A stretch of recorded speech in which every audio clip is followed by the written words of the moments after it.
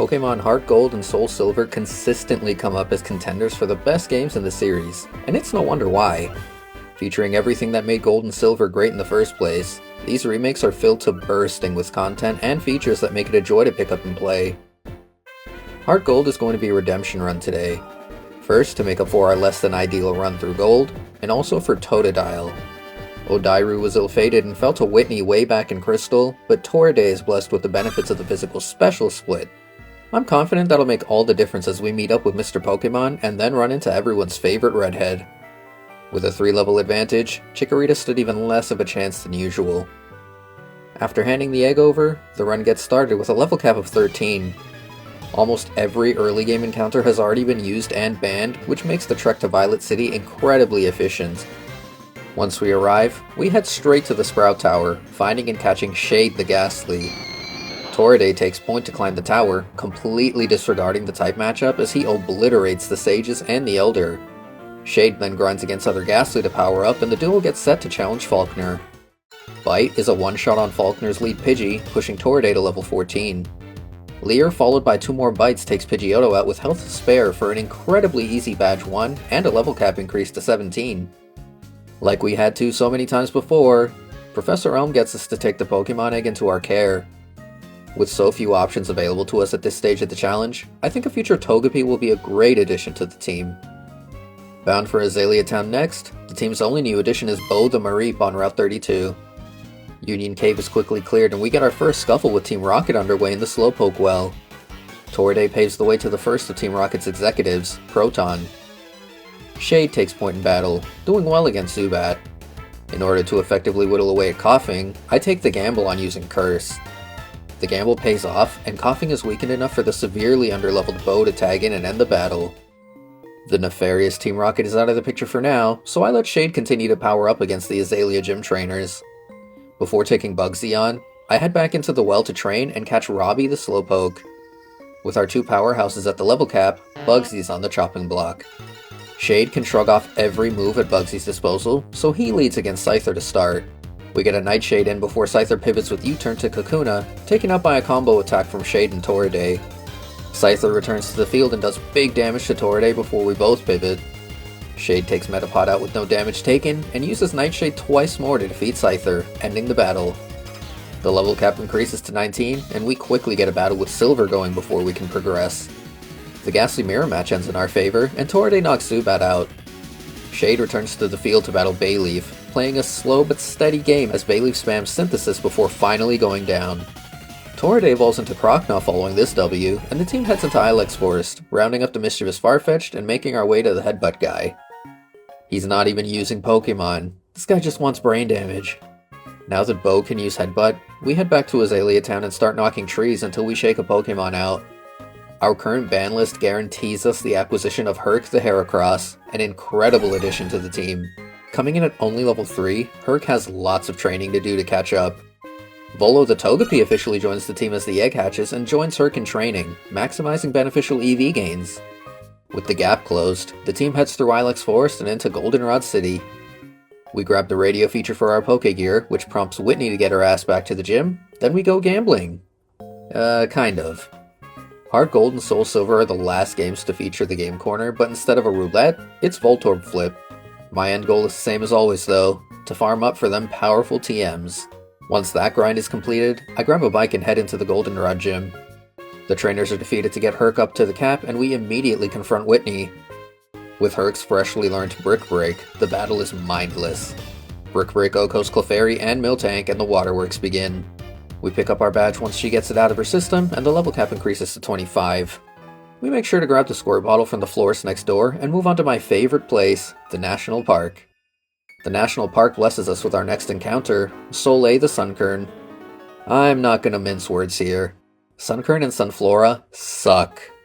But with a future for Ralligator, Gengar, and a Heracross on the team, even Sunflora can have its day in the sun. The additions to the team continue as we use our squirt bottle to annoy and catch Bonsai the Sudowoodo. After a short bike ride north, we arrive in Ecruteak City. Our first stop is the Burn Tower for another battle with Silver. Torride takes Ghastly out with Bite and uses Ice Fang to 2-hit KO Bayleaf, even managing to freeze. Herc breaks Magnemite, and Bonsai throws rocks at Zubat for the win. We then unleash the roaming beasts of Johto and start to train against the Ecruteak gym trainers. Everyone else on the team in their current state can hold their own, but Soleil's just a little sunflower seed. By waiting a day, the bug catching contest is held in the park, which we enter and win for a Sunstone. Soleil immediately uses our prize and evolves into Sunflora. Training resumes. Jump scare! And Volo's love for us shines through, resulting in his evolution to Togetic. Shade also evolves into Haunter upon hitting the level cap. I don't wait to evolve Shade this time. Return to us as a Gengar. Volo takes point to challenge Morty now that we're ready. Extrasensory is an Oko on Ghastly, but Haunter puts us to sleep, killing our momentum. Shade takes over and Okos with Shadow Punch. Morty's own Gengar is sent out, so I play the pivot game a bit before landing on Volo. Volo is trapped by Mean Look, but wakes up quickly and KOs with Extrasensory. Luck was totally on our side this time. Morty's final Haunter can't measure up and is taken out by Volo as well, securing us badge number 4. The level cap increases to 31 ahead of our next gym battle. Before we can leave Ecruteak behind for good though, we deal with a stupid Team Rocket grunt in the dance theater, receiving the HM for Surf as a reward. The team continues to steamroll all the trainers we encounter as we reach Olivine City and subsequently climb the lighthouse. Jasmine asks for our help again and we quickly depart for Cianwood City. The ever-elusive Suicune graces us with its presence before darting off, prompting a challenge from the mystery man Eugene. Shade's Shadow Ball takes out Drowsy, Haunter, and Electrode with little difficulty and Eugene departs, keen on finding Suicune himself.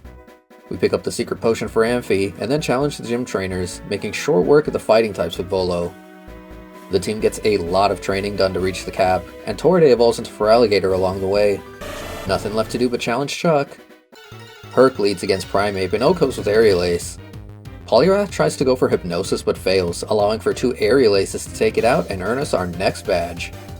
The level cap increases to 35 with this win, so we return to Olivine and give Jasmine the medicine she asked for. With Amphi restored to health, I decide to take Jasmine on right away. Herc continues to dominate, taking both Magnemite out with Brick Break. Herc then scares the shit out of me by nearly falling to Steelix before netting the win. Damage rolls will be the death of me, after they're the death of my Pokemon friends. The level cap decreases to 34 now, but we're in no danger of running past the cap thanks to Herc's efforts. The Mahogany Town Gym is inaccessible for the time being, as we have another encounter with Team Rocket to get through first. After defeating the Red Gyarados, Lance enlists our aid and we begin our conquest of the Hidden Rocket base. With such a powerful squad, the grunts are light work, and it isn't long before we challenge another executive, Petrel, to battle. Herc dumpsters Petrel's entire team for access to the control center in their base, but we have to team up with Lance against yet another executive first. Ariana and her grunt lackey don't fare much better than Petrel did against Torride and Lance's Dragonite, clearing the way for us to knock out the Electrode. And now that the gym is open for business, Bonsai takes point to take its Ice-type trainers on. Herc is already at the level cap, so I don't bother grinding any further before taking Price on. Brick Break Okos Seal, Dugong, and Piloswine for yet another dominating performance, with the level cap increasing to 41. Team Rocket is quickly brought back to center stage as they begin their takeover of Goldenrod Radio Tower. We make sure to look the part to get in, but Silver refuses to let that fly. Oh well, kicking their butts provides us more XP, so I'm not complaining. Before long, we get into battle with Petrel, using his skill in disguise to impersonate the tower's director. Volo starts things off, using Extrasensory to great effect, but I make sure to switch to Shade to avoid any self-destruct scares now that our accuracy's been dropped. Once Petrel's beaten, we head to the city's underground and get into a battle with Silver. Bonsai's Rock Slide takes Golbat out to start, so Silver sends his Meganium in next. Volo tanks Petal Dance like a champ and uses Flamethrower to take the ace out. Flamethrower crit Okos Magnemite next, and Herc Brick breaks Sneasel. Aerial Ace does big damage to Haunter, and Torride takes over to end things. We then blitz past the much weaker grunts to find the real director, gaining access to the rest of the radio tower. The other executives get their runbacks on our way up, starting with Proton. Shade defeats his Golbat with Thunderbolt and Weezing with Shadow Ball, and Ariana is up next. Shadow Ball is a 2-hit KO on Arbok, and Thunderbolt is an Oko on Murkrow. I pivot into Volo to contend with Vileplume, putting her in her place. We finally meet the de facto leader of Team Rocket on the top floor, the executive Archer. All of this work to call out for Giovanni to return, meaningless. Bonsai trips over the starting line, but Rock Slide eventually connects to KO Houndour.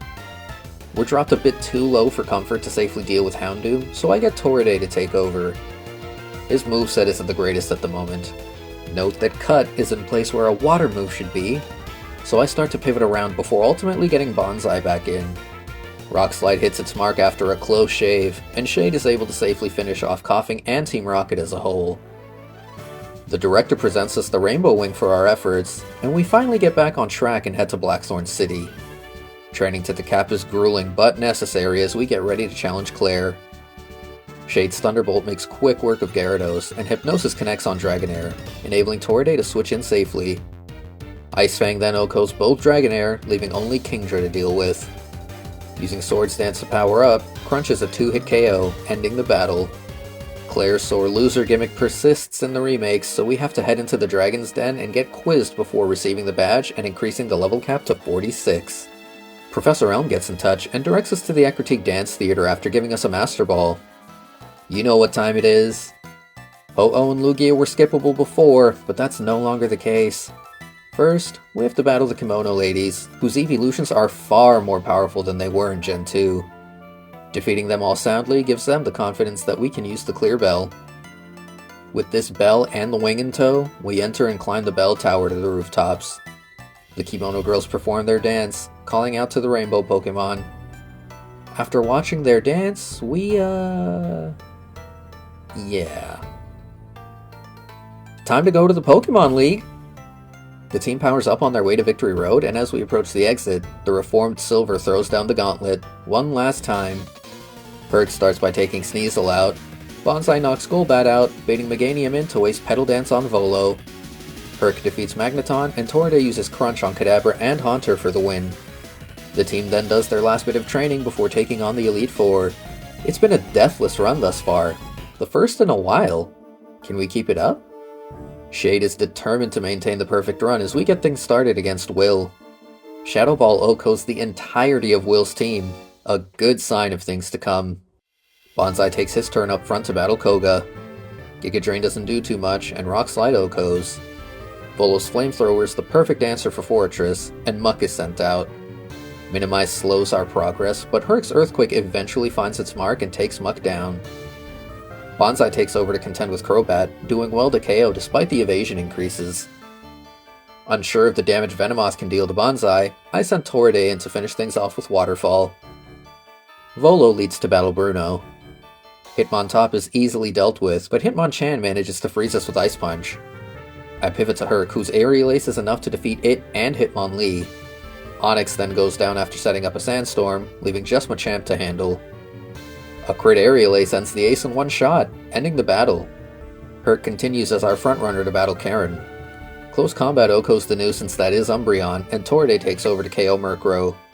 Volo the Petal Dance Resistor defeats Vileplume, and does big damage to Gengar before Shade takes over and KOs with Shadow Ball. Houndoom then crits and lowers Bonsai's defense, so I make the risky play to send Herc in to KO with close combat for the win.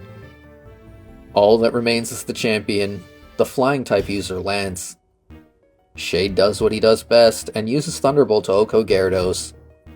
Aerodactyl is then sent out, tanking the Thunderbolt and doing massive damage with Crunch. It's then healed, and subsequently knocked out by the next Thunderbolt. Torriday then enters the battle when Charizard is sent out. Swords Dance followed by Waterfall is an OHKO, and Ice Fang then shreds Dragonites 1, 2, and 3 for another flawless leg in the challenge! Like I said when I added so late to the team, Feraligatr, Gengar, and Heracross are insane, and there was never a doubt in my mind that we'd redeem ourselves today. The Totodile, Ghastly, Togepi, Sunkern, Bonsly lines, and Heracross join our previous victors on the ban list, but a run this strong doesn't have to end here. One Conquest of Kanto and a Shiny Stone to evolve Volo into Togekiss later, and we have a battle with Red on our hands at a whopping 84 level cap. After ascending Mount Silver, we stand face to face with our final challenge. Bonsai leads and negates the hail with Sandstorm before handing the reins to Shade. Shade's dropped low, but is powerful enough to defeat Pikachu with Sludge Bomb before taking a rest. Herc takes his place against Lapras, shrugging off Brine and knocking it out with close combat. Torriday then takes his turn and OHKOs Charizard with Waterfall before handing things off to Volo. Volo and Venusaur trade attacks, but Volo's the one that comes out on top. Snorlax's Blizzard doesn't do too much to Herc, who answers with close combat for the KO, leaving just Blastoise. Soleil has been charging his power-up all run for this. Blizzard connects on the switch-in, dropping us low. The next two miss their mark, and Soleil is able to 2-hit KO with Giga Drain. Thank Bonsai for the weather negation. Let's hope we can keep this momentum up as we continue the Johto journeys in Pokemon Soul Silver next time.